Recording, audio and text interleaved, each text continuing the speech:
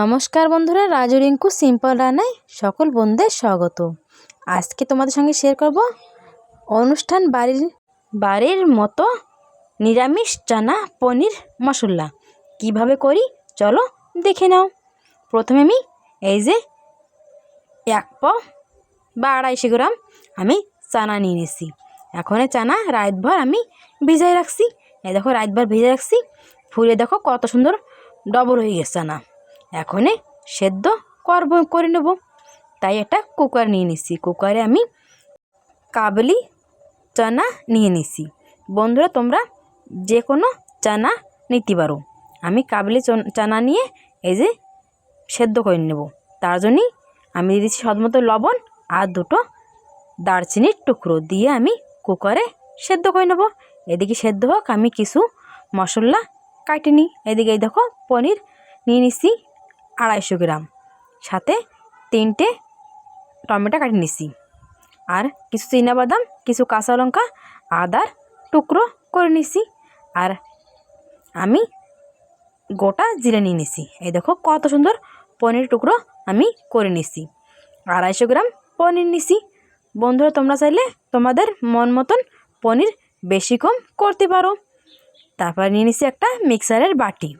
ওতে দিয়ে দিলাম আমি গোটা জিরা, কিছু চিনাবাদাম, কাঁচা লঙ্কা, আর সাথে আদার টুকরো, আর টমেটো কেটে রাখছিলাম না, টমেটোও দিয়ে দেবো।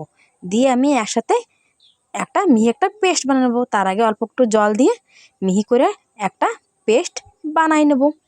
এই দেখো কত সুন্দর মিহি করে একটা পেস্ট রেডি।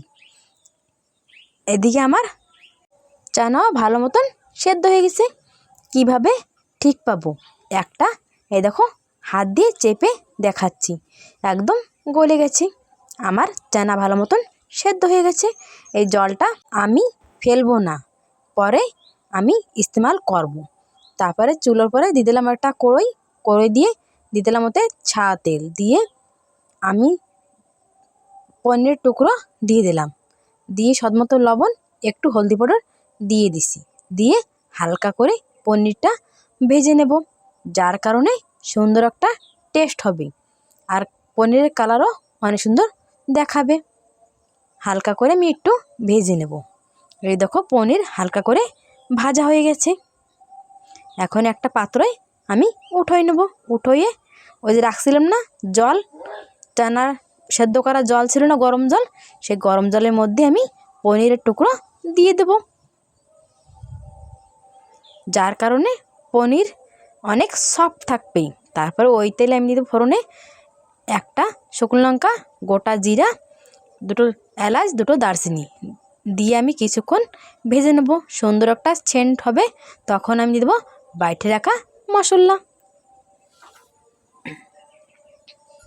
মশলা দিয়ে আমি ভালো মতন নেড়েচেড়ে কিছুক্ষণ ভাজে নেব। যত সুন্দর ভাজবো ততই পনিরে টেস্ট হবে। পনির রেসিপিতে খুবই টেস্টি হবে। ভাজার জন্য অল্প একটু জল দিয়ে আমি ভাজে নিছি, মশলা যেন কড়াইতে না লাগে, তাই আমি একটু জল দিয়ে ভালো মতন ভাজে নিলাম।